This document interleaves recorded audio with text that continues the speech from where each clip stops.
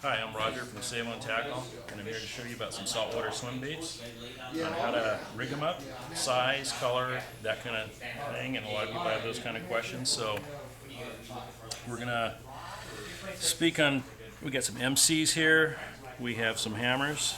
We have a lot of various colors and why to use various colors.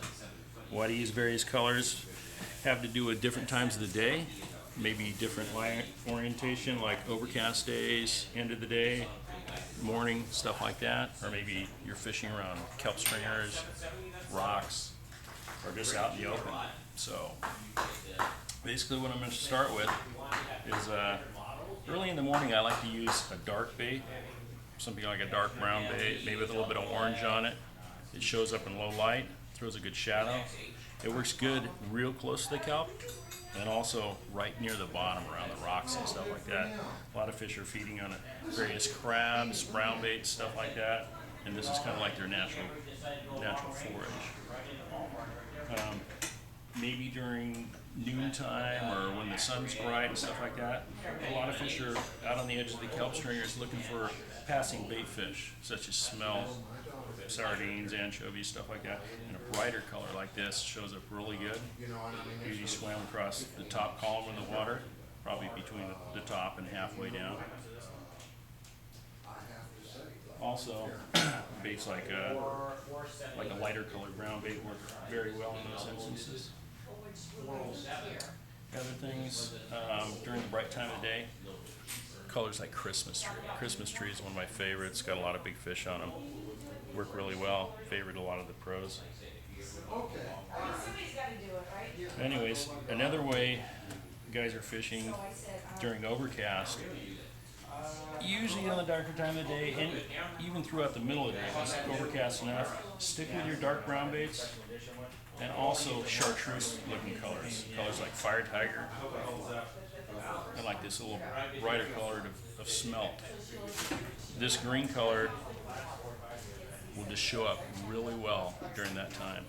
Also in stained waters, the same thing. So another thing a lot of guys do, they come in the store and they mismatch their lead heads to their swim bait. Sometimes they'll take, say, like this 3/4 ounce bait and they'll try to stick it on a 6-inch bait, and it's just not enough to swim the bait. You really need to step up, fish like 1 ounce, ounce and a half, something in that mode. And even like if you're rock fishing, you might want to go heavier, but for calico bass fishing, 1 ounce towards the top, definitely 1.5 ounces, you're going to fish towards the bottom. Your 5-inch baits, you really want to look at the baits you got. There's different volumes of plastic in these 5-inch baits, like this hammer's a little bit smaller than say like this MC. And the 3/4 works really good on this hammer, and you can fish a 1 ounce on the heavy end of it. Now the MC, I'd probably prefer a 1 ounce. It's going to make this bait swim a bunch better. The only other thing I can tell you is like some of these other bait fish colors that look like anchovies. Once in a while in the kelp stringers, schools of anchovies or sardines will come around.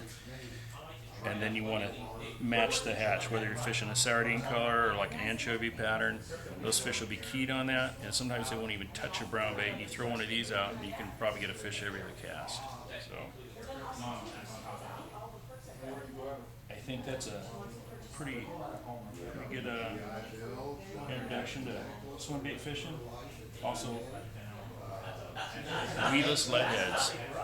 Weedless lead heads by War Baits or Phoenix are a real good choice around the kelp in the rocky areas. Just to keep you from catching the grass, keep you from catching the kelp, and also saving the points on your swim bait heads. Because once the point's bent over, you're going to miss a lot of fish. Be very frustrated. So, thank you for listening. Yeah, this is Roger. Thanks.